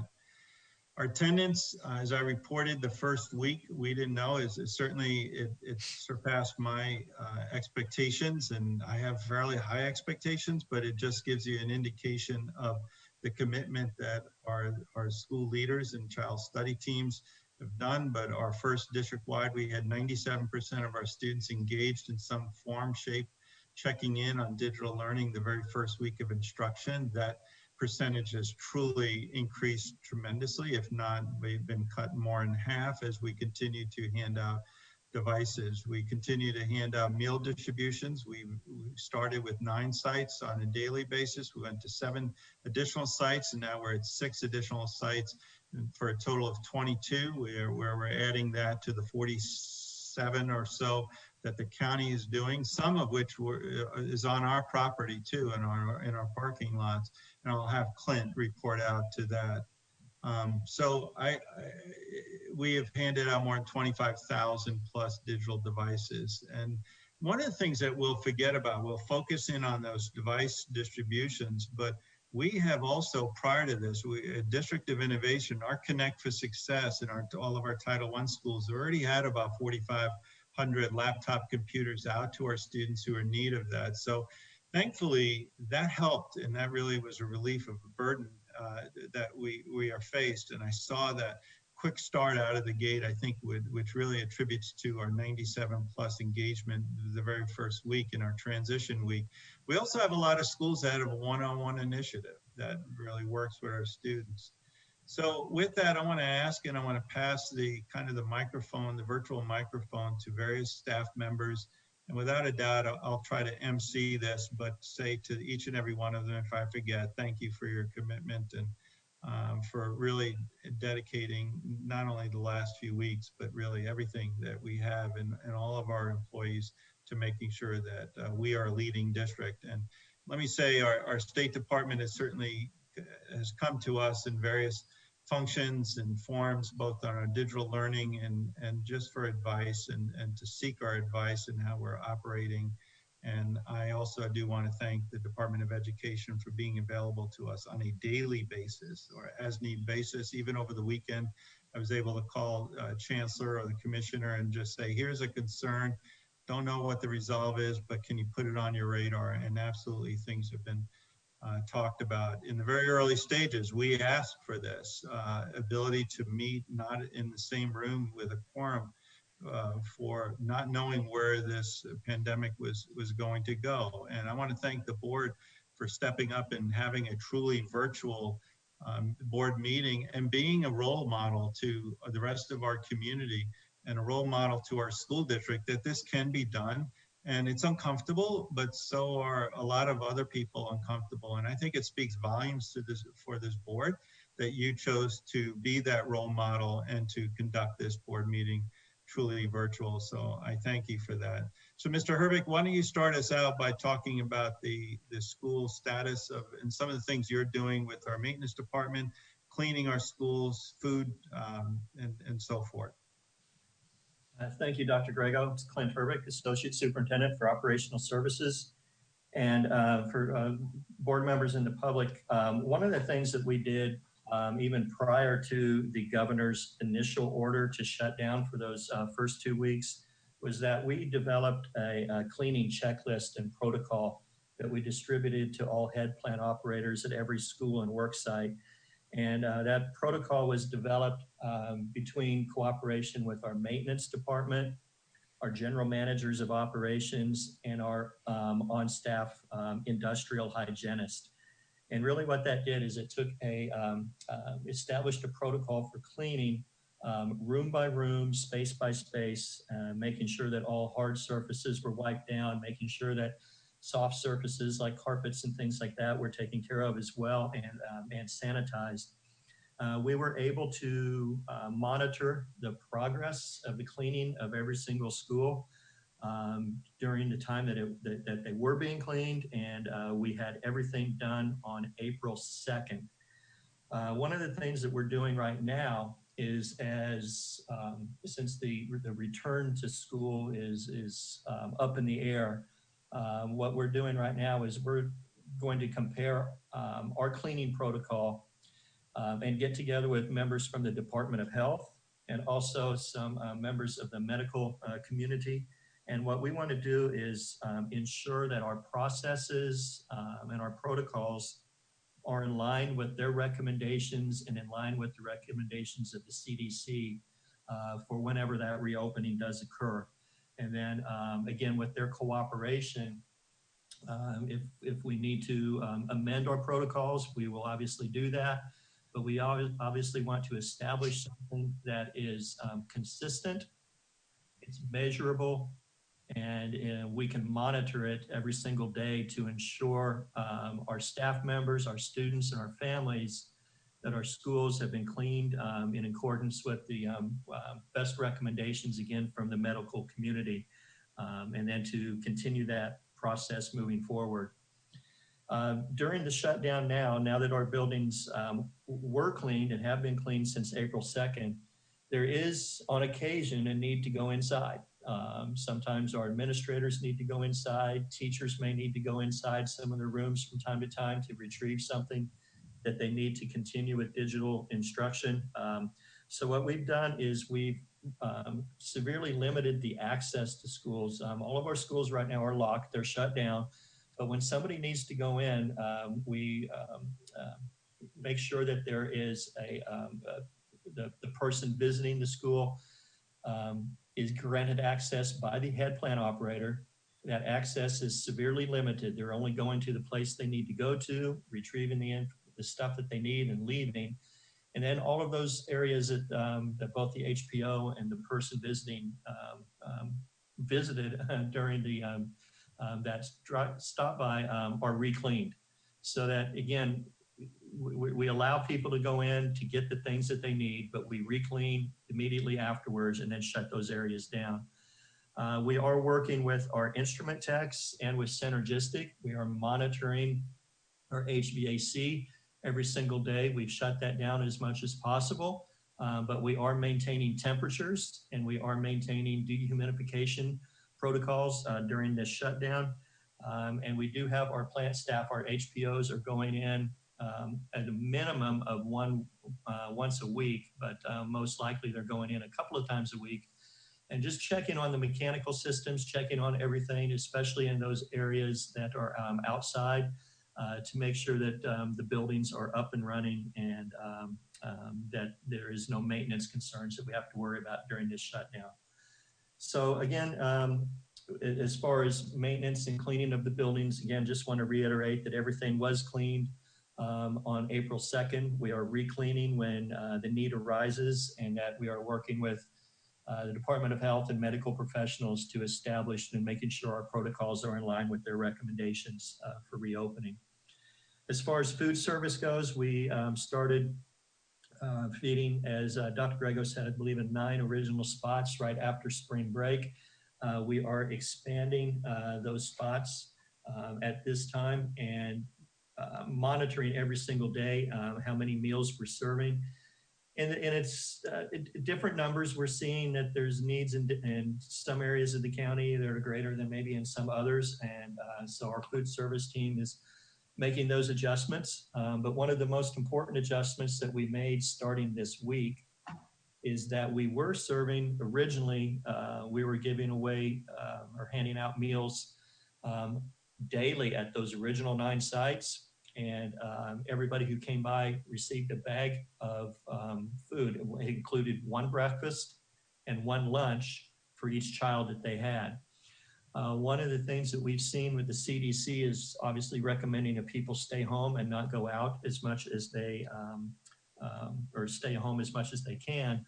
We're transitioning now, instead of going to daily handouts, we're transitioning this week to just twice a week. And then starting next Wednesday, we will give out food 1 time on Wednesday, and it'll be enough food to last for the week. It will be 6 days worth of food. So we're working with the people who come by the lines right now, reminding them that they will need to kind of plan for getting that much food at once, whether they bring backpacks or big bags or whatever they can to help them carry that food home. We're working with them again on those daily lines, but that's probably the biggest change that we're making. Instead of going to the more regular daily distributions of food, again, to protect not only our workers, but to also protect the families and helping them stay inside more, is we're transitioning to once a week food distributions. And I believe that's it. If anybody else has any questions, I can address those. Thank you, Mr. Herbeck. I want to maybe, Mr. Cook, if we go through the entire thing and then open it up for questions, or do you want to? That would be fine. Okay, thank you. The next area is that we fully embarked on was the digital device distribution. As I mentioned during our transition week, we were in every single school, and then as we listened to the CDC and others, we quickly realized that we needed to go to these regional distribution centers that quite honestly have worked out very, very well. So we're calling them regional device support centers, because in addition to that, they're also a place where we can get technical support. So instead of keeping all schools open, we did that for a week, and now we're down to 5 sites where we can really bring a lot of services, almost like a one-stop shopping center. A lot of services, needs, hotspots, the technical advice if some laptops are broken and they need to exchange it for whatever into those 5 sites. And I want to thank Ms. Matway, Lori Matway, Tom Lechner, this 2 key component two individuals that have truly been instrumental in making this a success. So whoever wants to go first, either Lori or Tom. Good morning, Madam Chair. This is Lori Matway, Associate Superintendent for Student and Community Support Services. Good morning, board members. As Dr. Grego mentioned, Pinellas County School District has distributed over 25 digital devices, as well as Wi-Fi hotspots in just over 2 weeks. This would not be possible without the volunteers and the staff that have come out on a 2 times a week, Tuesdays and Thursdays, to help support the distribution of these devices and getting internet access to children. The number of requests for devices continues to decrease, while the engagement level of our students is certainly increasing. I personally want to thank Dr. Stacy Dyer for her support and the Pinellas Education Foundation as we looked for community support for how we were going to purchase Wi-Fi hotspots for our families. The Foundation for Healthy St. Pete, Pinellas Community Foundation, and the United Way of the Suncoast have donated over $150,000 to support our Wi-Fi hotspot program. All of these organizations realize that access to the internet is absolutely an equity issue and felt compelled to support this important project. We will continue to work with our community partners to ensure that all students are engaged in digital learning and in this platform. Now it is my pleasure to turn it over to Tom Lechner to give a brief description of the tech support available. Thank you, Lori. Good morning. I am Tom Lechner, Associate Superintendent for Technology and Information Systems. CIS technicians prepared the devices for the distribution, making sure they had all of the necessary applications. Our focus now is supporting all stakeholders and repairing devices when needed. Thank you. Yeah, thanks to both Tom and Lori. Is that ending your comments, just to be sure? Yes, Dr. Grego, thank you. Okay, that's good. I also want to add to the board early on and still to this day, I want to thank our partners at Spectrum for providing a free Wi-Fi for those who qualify. And I know that there was some issues centered around individuals who perhaps had a delinquent bill, and Juvenile Welfare Board stepping up and paying those bills. And so it really did take a complete village in addition to the partners that Lori mentioned. Dr. Beyer was on the phone with me and Lori almost immediately, how can we help? And she called multiple board meetings. So I really do want to thank everyone that has come together. As this goes on, I know we'll probably miss some folks to thank, but without a doubt, we could not be doing this by ourselves. So thank you very much to both Lori and Tom. Next, I want to ask Mr. Hendrick to talk about perhaps the heaviest lift, and that is to go on to a different learning platform. And as I say, you know, the building closed, but the learning and the teaching need to continue. And I think with all said and done, Pinellas County's done a remarkable job of looking at this. You know, I'm on weekly calls with the superintendents, and as I reflect and listen to their comments, I'm real pleased in terms of how the quality of work that we have with our digital learning. So Mr. Hendrick. Yes, thank you, Dr. Grego. This is Kevin Hendrick, Associate Superintendent for Teaching and Learning. And of course, we did transition to digital learning, and this unique and novel approach involved everybody in our community. Whether it's our students who are now learning at home, our teachers who have adopted new ways of teaching, or certainly our parents, family members, caregivers who are assisting with instruction at home, it's been a period of transition and adjustment for all. We've included some key messages as we rolled this out to all of our stakeholders. I want to share just a few of those with you. One is less is more. That means that we want to make sure that we're not overburdening our families, our teachers, our support systems. Let's make sure that we have things that are quality, but not that just pile on top of each other each and every day. The second is quality over quantity. Whether it is lessons that teachers are giving or the support sessions that we want to do live lessons for, a few good quality lessons are more important than 10 or 12 lessons in a week. And so we've tried to emphasize that across all of our schools. And then the third and perhaps most important is to provide support, flexibility, and balance to everybody in our community at this time. And I want to commend our teachers, our school leaders, and certainly our parents and members of the community for helping us during this time. So now almost 4 weeks ago, we began this movement to digital instruction using Clever, which is our single sign-on, and Microsoft Teams. We've trained over 8,000 instructional members, staff members in Microsoft Teams through live sessions, through webinars, through email, and through daily open office hours. And I particularly want to thank the Office of Digital Learning, Dr. Connie Colosi, and her 4 team members, who, by the way, are all funded through our referendum, as they have helped to transition this entire district to digital learning. We have had some issues with Microsoft Teams that have been global issues, and we've worked closely with them. I want to thank our TIS department, Tom Lechner, specifically Ben Wright, for their great work in helping get all of this done. And we've continued to see improvement with the functionality and performance of Microsoft Teams. The issues that we've had have been intermittent and have typically been resolved within 24 hours.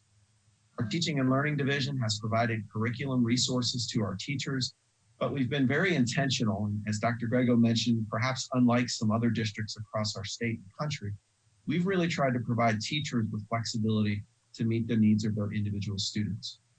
So while we have provided a lot of curriculum resources, we've not mandated that this assignment or this resource has to be used this many times or in this manner.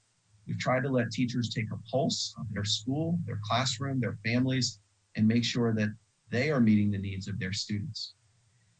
From a public perspective, we've developed public-facing websites for students and families to help train them on this transition, starting with our Enrichment Week going back 2 weeks ago, and then leading into our full Digital Learning Week, which started now 2.5 weeks ago, as Dr. Grego mentioned. We provided this specific support, of course, for teachers in a public-facing website, as well as internal SharePoint sites to help them. And we continue with daily and weekly webinars and open office hours to support teachers in every step along the way. I'd be remiss if I also didn't mention that we've worked with PCTA, Mike Gandolfo and Joanne McCall from the very start of this, going back a month and sharing our plan with them, and then helping to co-author some frequently asked questions to support our teachers across our district. We've also continued that consistent communication. I want to thank Strategic Communications for helping us with that, as we've now produced weekly videos that go directly to teachers that help answer some of the key questions that they're having.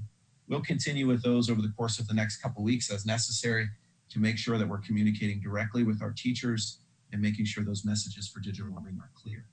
So I want to thank our school board for allowing us the flexibility with this, and certainly our superintendent for guiding us in this direction.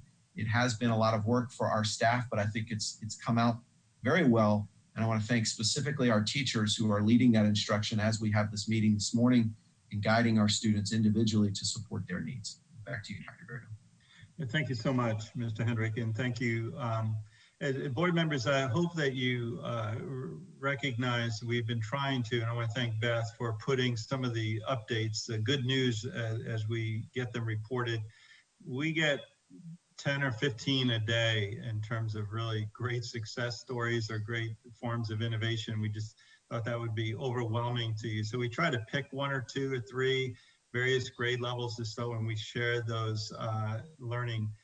One that continues to come to mind is the orchestra and band instructor at Largo High School, who put together 66 different individuals into one symphony, one movement. So we did share that with you too. The innovation that's taking place is just unbelievable to what we're doing. And I too want to thank Mike Gandolfo and PCTA. I know that on almost, if not on a daily basis, Paula Texel, Bill Corbett, and Lori Dart are sitting and meeting with Joanne and Mike. I personally reached out to Mike Gandolfo and said, we're going to get through this together and that we're going to work on this, and we need to hear what's happening from multiple perspectives so that we can make this a great success. And I too want to publicly thank him for his leadership and everything that the PCTA has been very, very accommodating and very understanding and also very informative. And so thank him for that too. One of the most frequently asked questions early on, if you remember, board members, was the maybe, and it is important because this is also not only a pandemic, but it's an economic, the impact. And the most frequent question that we were asked early on is are we going to get paid? From our part-time workers and others. And I want to thank the board for supporting all of our decisions. As we say, we're going to work to pay everyone. We're going to continue to do that. And Mr. Smith, Kevin Smith, in payroll, the mail, transactions, all of these things have continued remotely, or sometimes people have had to go into very isolated conditions or situations at work to keep things moving. So Mr. Smith, do you want to provide the board an update? Certainly. Kevin Smith, Associate Superintendent of Finance and Business Services. As Dr. Grego mentioned early on, when this pandemic came about, we took activities to make ourselves as remote as possible to ensure the operations can continue, what I refer to as the back of house operations. Payroll, of course, is a very important aspect to all of our employees, and we continue to pay our employees on a regular basis. Each week they receive their paychecks as normal, and then it's rather seamlessly, actually. Also, our vendors, it's important that we continue to pay our vendors. So as Dr. Grego mentioned, from time to time, we do have to go to the building to process accounts payable checks, which we do that. But again, we're nearly 95 to 98% remote at this time. Mail is being processed within the building, within the administration building, as well as out of the schools a couple of times a week so that we can continue to pay our vendors and continue with our operations. We continue to have ongoing conversations with our staff to try and provide as much support as possible to our bookkeepers out there and our support staff. We have our FTE support. Our FTE staff continues to support our DMTs at the schools for scheduling. We also are developing new ways to do business. Quite frankly, we receive bids on a regular basis through our purchasing department, and those bids are typically delivered by hand in hard copy to the administration building, but this has changed the way it works. So we are now working with our vendors to accept electronic bids and electronic submissions of those bids so that we can evaluate them and keep ourselves as distant as possible. So the operations continue to run. We continue to process purchase orders for the needs of schools. We continue to process accounts payable checks, and most importantly, we continue to process our payroll checks to our employees. As Dr. Grego mentioned, this is going to have us embarking on some unanticipated and unexpected and perhaps unusual financial times. So the other thing that we're doing is we're looking at each and every expenditure. We're looking at ways that we could save money. Mr. Herbeck mentioned changing the run times of our buildings for electricity, because we're going to be coming into some potentially difficult financial times in the next fiscal year. So we'll continue to look at each and every expenditure, making sure that our schools and students have what they need, but also making sure that we are fiscally responsible to save as much money as we possibly can between now and the end of the year. Thank you, Mr. Smith. I'm now going to ask each of the area superintendent and also Chief Reed to just highlight a few individuals, or perhaps for this board to just encapsulate the spirit of our family, our Pinellas County Schools family. Each of them provide me numerous examples of this on a weekly basis, but those stemming from the community, those stemming from the principal, AP, staff members, teachers, and students. And I think if my notes serve me correctly, Ms. Wright, you'll start off with the connection with our community member. Yes, sir. Thank you. Thank you. Dr. Grego mentioned this experience has been a time where everyone has stepped up. We've got so many people and so many things to be thankful for.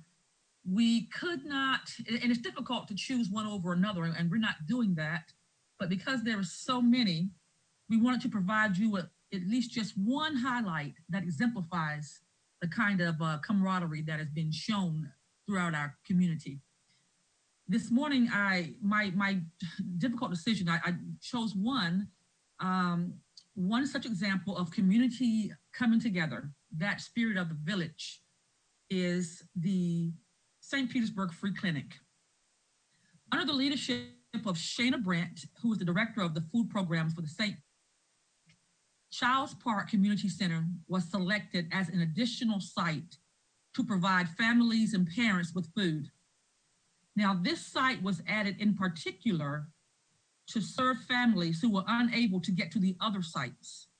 and they were able to provide food for well over 180 families. It is not a one-time act, in as much as the distribution began on April the 1st, and it's going to run every other Wednesday throughout the month of April and May. Another sign, a great sign, of the community coming together to serve in this village that we all love. Thank you. Thank you, Ms. Wright. Ms. Reed, I believe you're up to talk a little bit about the connection with the principals. Yes, this is Nikita Reed, Chief Transformation Zone Officer. Great morning, School Board Chair, Ms. Cook, school board members, Dr. Grego and staff. We are very proud of our principals. They have made hiring a priority, and they have worked diligently with recruiter Raquel Perez and HR in the onboarding process. Our first virtual hiring fair held on March 28 was a success. The virtual hiring fair allowed us to recruit teachers from all over the nation and to onboard some of the best and brightest educators to teach our scholars. One of the highlights of the fair is one of the zone schools that had the most vacancies. It now only have 3 positions to fill. Onboarding these teachers sooner rather than later will ensure we are prepared for the upcoming school year. During a time we will need to be more prepared than ever. We will host our second virtual hiring fair on April the 25th. Thank you. Thank you, Ms. Reed. And so much is happening with our principals on a daily basis. They have to balance that and also preparation of next year. And to talk about the assistant principals and staff members, Mr. Kennedy. Good morning, everyone. I'm Ward Kennedy, Area 1 Superintendent, and I'd like to share a brief item as it pertains to assistant principals. Assistant principals throughout the district are busy monitoring digital instruction, corresponding with families, problem solving, but even maybe more importantly, trying to maintain a sense of unity for their respective grade levels and school community. I'd like to share or point out one example of the great things many administrators across the district are doing at their schools. One AP I would really like to highlight is Fred Whitaker, 12th grade assistant principal at Countryside High School. Mr. Whitaker has been reaching out to his Countryside seniors via Facebook, posting informational and inspirational messages, as well as highlighting some of the awesome Cougar accomplishments from this year. Fred feels it's important to keep the channels of communication open while also trying to make this as enjoyable and memorable as possible for the seniors under these circumstances. You know, usually at this time of year, there are many senior activities taking place on campus, enabling the students to bond with their friends and classmates. So in order to capture that feeling, Mr. Whitaker started a door decorating challenge to celebrate their seniors called Senior Salutes. With Senior Salutes, he's asking seniors and their parents to create their at-home memory by decorating the front door of their home. Mr. Whitaker wants students to create a memory with things that they have at home that represents each one of them and their accomplishments, as well as senior year 2020. Photos including graduation photos, athletic jerseys, and other creative items, as you can see on your screen, that already adorn some of the home front doors. When completed, the student sent a picture of the finished decorated door to Mr. Whitaker, and he posted on the Countryside Facebook to share with all. And this is just a simple way of making senior year memorable and adding a little fun to their time away from their classmates. Thank you. Thank you, Mr. Kennedy. Barbara, Dr. Hires, from a teacher's perspective.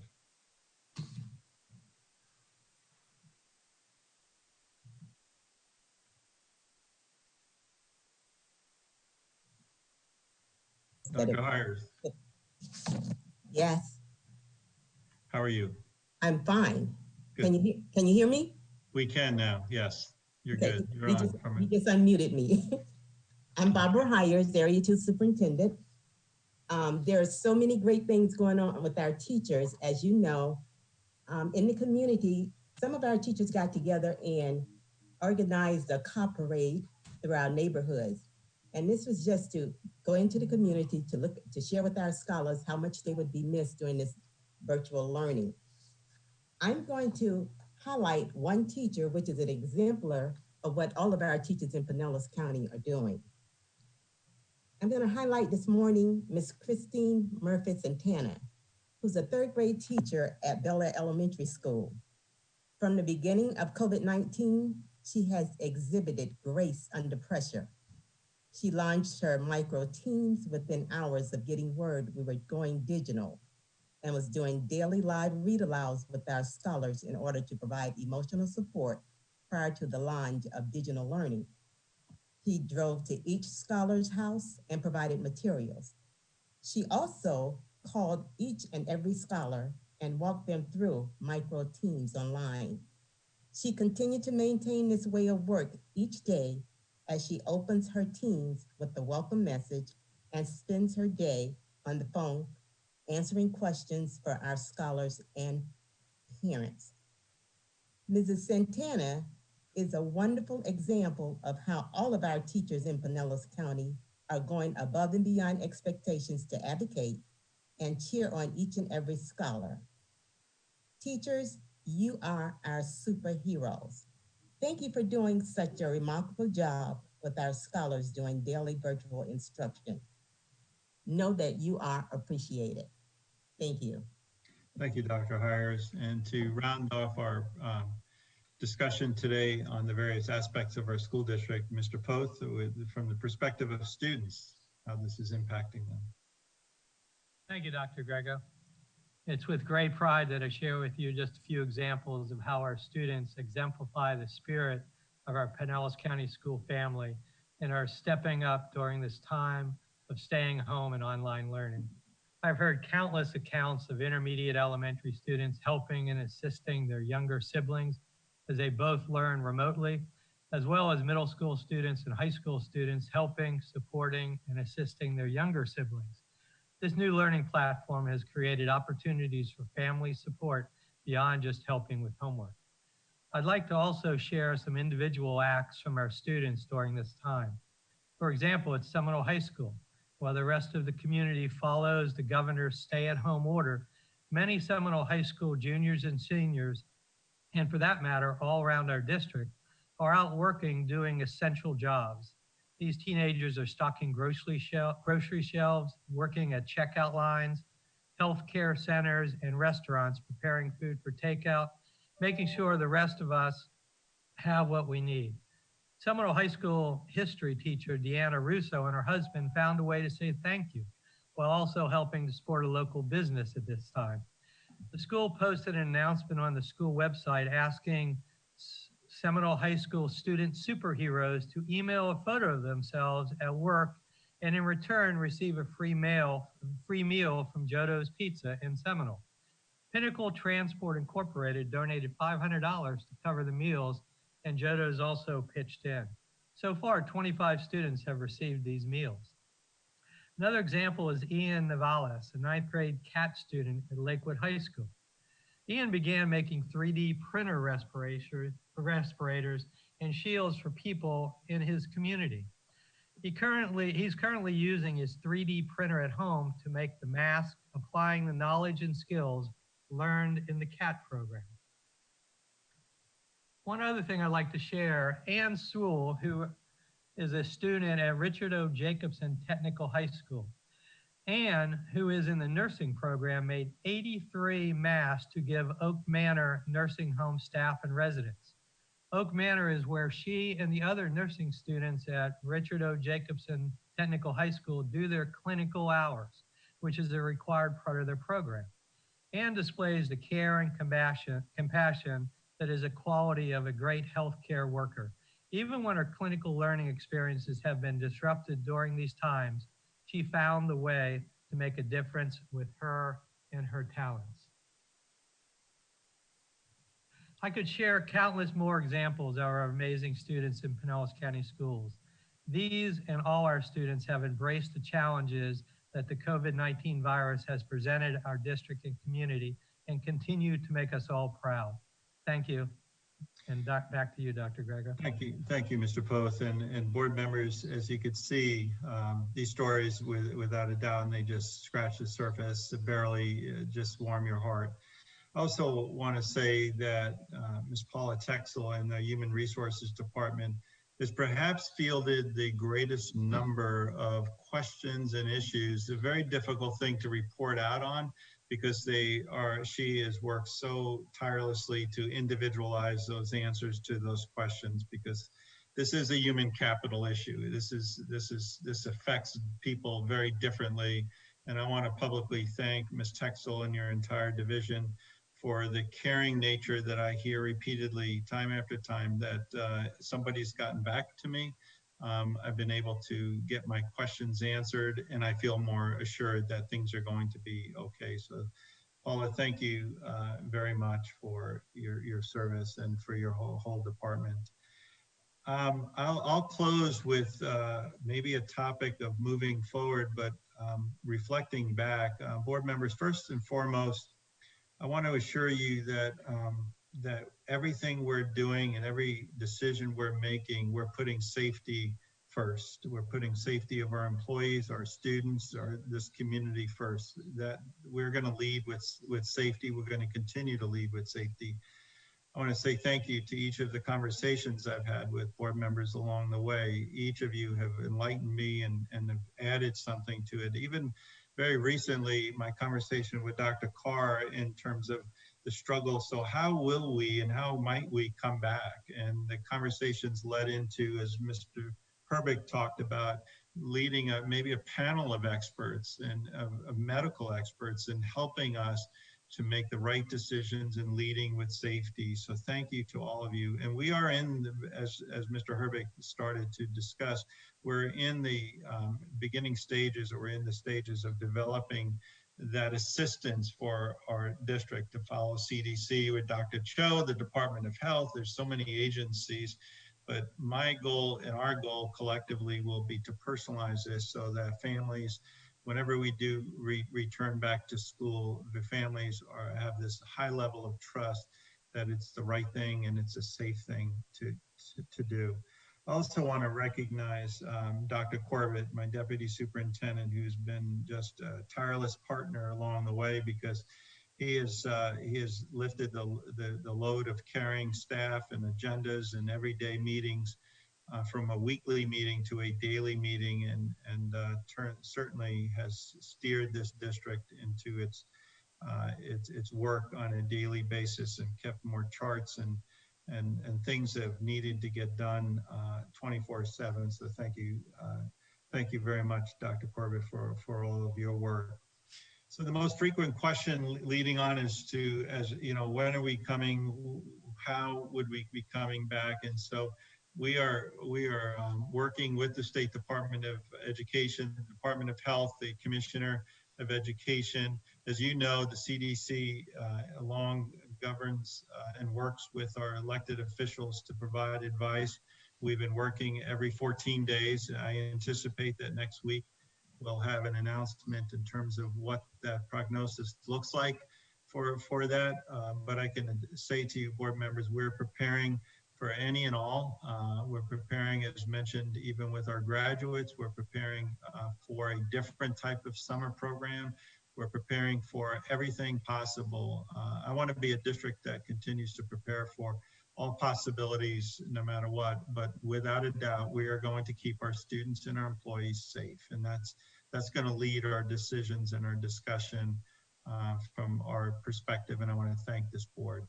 So it's a long report out. I apologize up front, but I thought it was important to have this type of discussion. So I'll end there, Mrs. Cook. And if there's any questions or concerns or comments, I'd be happy. And staff is here to also address the board. Right.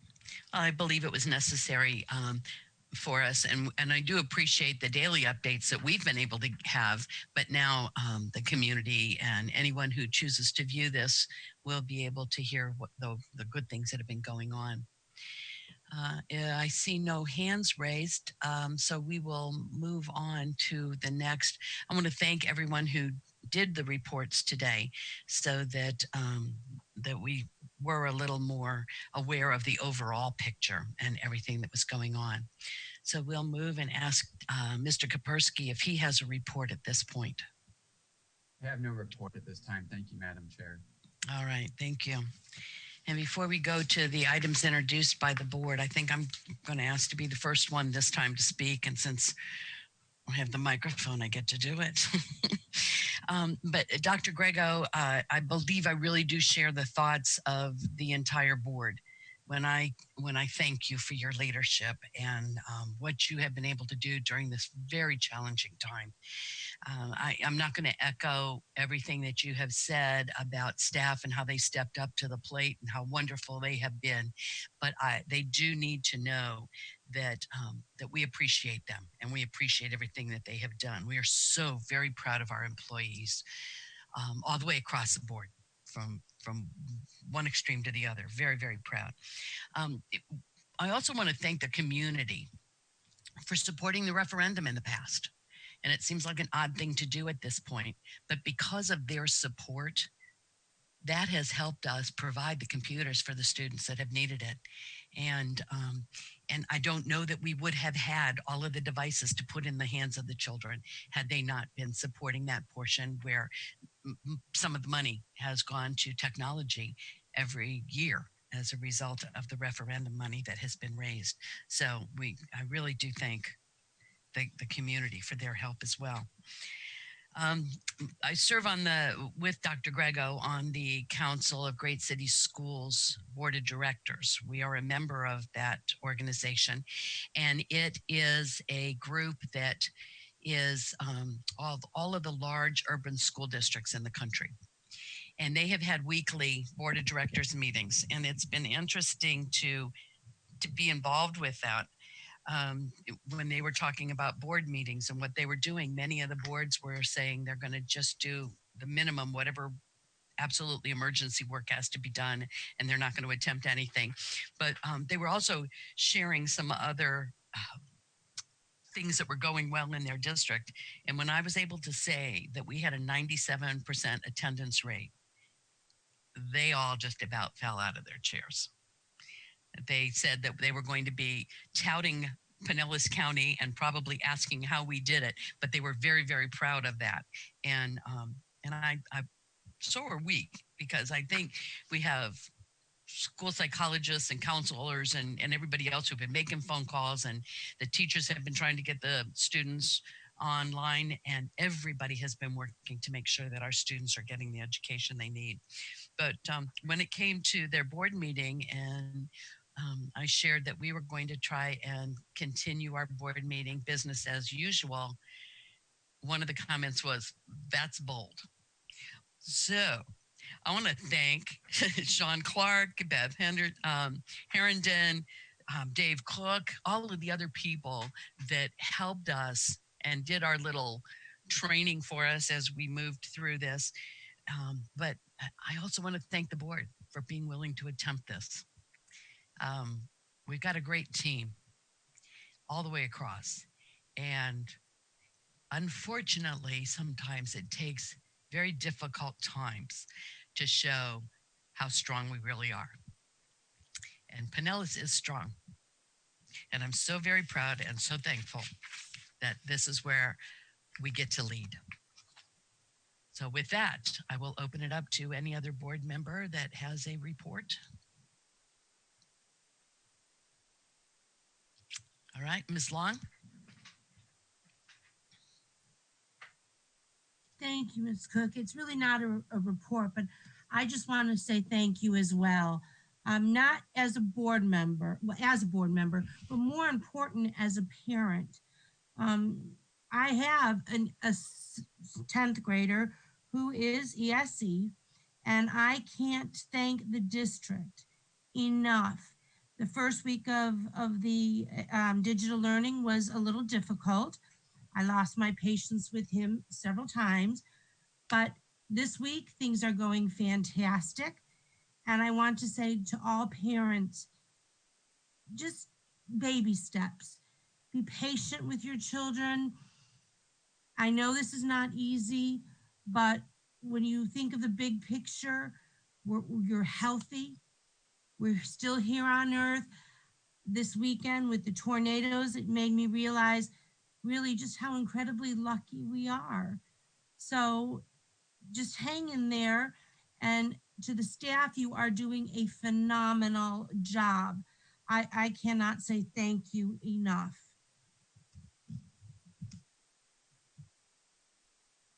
Good. Thank you, Ms. Long. Mrs. Kane?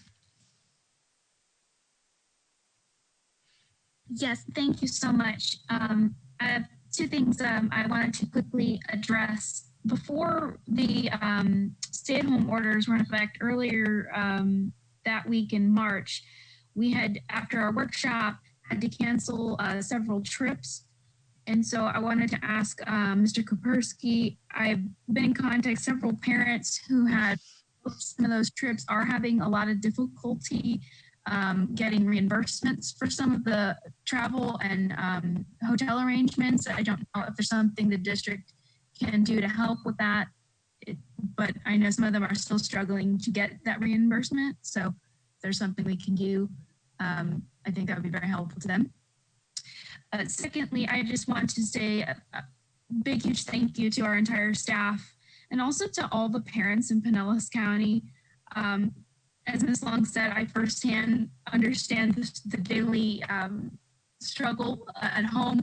I'm home with all 4 of my children, and you know, I understand what moms are experiencing throughout our district as your kitchen becomes a classroom, as your household becomes hectic.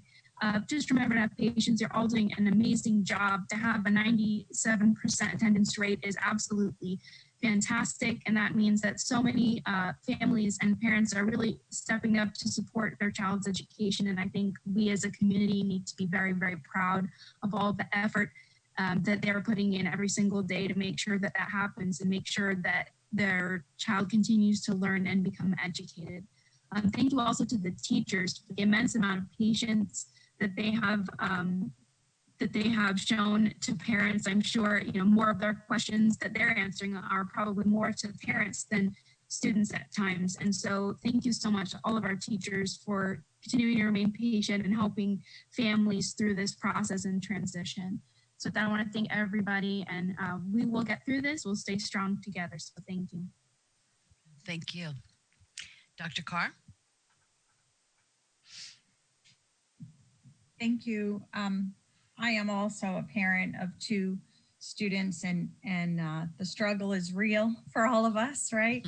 We are transitioning, like you said, Ms. Kane, our kitchen and into, sometimes we're sprawled out, right? We're all on conference calls and either in Teams or doing something in Zoom where we can communicate. So I just want to, the thought aspirational goal really came to my mind, because sometimes we're setting a goal of trying to accomplish something as parents, and it's aspirational more than it is something we can actually accomplish. So again, to reiterate what you said also, Ms. Long, being patient both with our children and with ourselves, and making our expectations very realistic as teachers as well as parents, so, and as partners in our homes. So I hope that folks are taking time to address their mental health needs. Some of us extroverts really struggle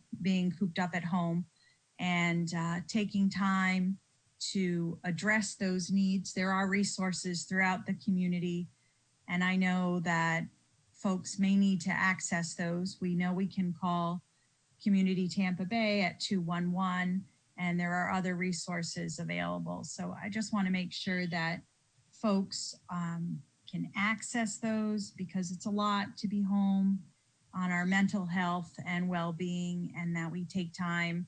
I especially appreciate the recent update regarding our digital learning and trying to address a little less screen time and having some of our lessons be more accessible to our outside world, and sort of leave that digital platform when we can. So thank you very much for that. Thank you to our teachers, and thank you to the board. I think we really have, like you said, Ms. Cook, done a nice job of communicating with one another. And I especially appreciate you, Beth, with those daily updates, and Dr. Grego for putting safety first. It's the most common concern I hear amongst parents and families is the question and this anxiety towards whether we'll open or not. And just knowing that as we move forward, in this very uncertain time, our priority is safety and remembering that we lead when we make decisions, and so many others, other businesses and other agencies follow our lead. And we aren't just meeting the needs of our students, but we're meeting the needs of an entire community as the largest employer in the county, and our employees are, and their safety is of utmost concern for us. So thank you. Thank you. Mr. Dudley. There we go. A little thing, I had to chase it around get unmuted. Well, I want to pile on like everybody else. I've never experienced, like most of us, have never experienced anything like this. And the leadership shown by our administration, I think goes without saying. It is a very, very tough job when you have over 100,000 students that you're responsible for and educate. And the leadership shown has certainly been gratifying. And where the rubber meets the road, however, is where the teachers interacting with the students. And I can't thank all the teachers enough. I know there was a lot of angst when we first started. There was a lot of questions about how it was all going to work and all like this. And some teachers are very experienced with technology, some weren't. A lot of kids didn't have devices, but we got through it. And I'm just very pleased with what's going on. There are still some glitches, and they're fewer and fewer, I think. And I know my wife, who's still teaching, and she spends as much time or more time now than she did before, just to make sure that the communication to the students and so forth is being delivered in a timely manner, and then the work comes back and grading and all that. It is no cakewalk. And I want to say lastly about I feel so bad for our seniors. During their education, they have gone from 9/11 to where we are now, and all the other stuff that went in between. And so here they are, graduating seniors.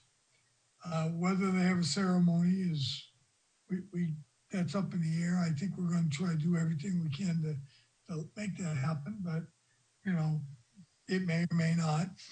And my hat's off to some of the I was really interesting to hear about all the various things that are going on by teachers and students giving back to the community and all like that. And I wanted to say that I feel bad for our seniors, and they I know at one particular school, and of course it's Northeast, but they went out on a fundraiser and raised T-shirts to give all the kids, all the seniors, a T-shirt for graduation. They're going to miss, going to grad night and all those other great things. So what little it is, it'll be a great deal to them. It'll mean a great deal to them. So I thank you for the community who stepped up and donated, and all that money will be used to purchase a shirt so every one of our seniors will have something kind of to hang on from 30, 40 years from now when they go to their reunions. They'll have something if somebody still has that shirt, which somebody will. And so anyway, in closing, just thank you for everyone. And I'm so glad that, we're able to get through this in a safe manner, and hopefully it'll all end here soon and on the good side. So thank you very much for the time. I appreciate it, and God bless all of you. Good, thank you. Ms. Flowers? Thank you, Carol. I too want to say thank you to staff for all of your hard work. I know it's not been easy because it was a quick transition, but I think a necessary transition to move towards digital learning. I want to thank the IT staff. I ended up going up to the building last week. Of course, everyone's having some connectivity problems, but I know that they are inundated with calls and they are responding very quickly and very timely. So I wanted to give a special shout out to them. I also want to thank the staff who assisted me with some parents who had transportation issues, so they weren't able to get their laptops timely or needed a hot spot. So I want to thank you all for helping those families in those areas. I also want to thank all of the teaching and learning staff that back up Kevin Hendricks and others and their team, like Dr. Hines. I don't get to harass him, you guys, from the dais. And since we can't show photos, I can't harass him online. Ms. Vasquez, always just such a wonderful person, staying on top of graduation requirements and things of that nature. Mr. Feeney, just everyone who I typically am contacting or asking questions related to curriculum and whatnot. I just want to thank all of them for also continuing to move things forward. And I don't want to leave out Mr. Bill Lawrence. I know that parents are already starting to think what's going to happen next year, what school will my child go to, and all of those things. And I have been directing people to contact him for those questions. And also, I know we started recruiting, doing virtual recruiting. Ms. Nikita Reed mentioned some of that during her report.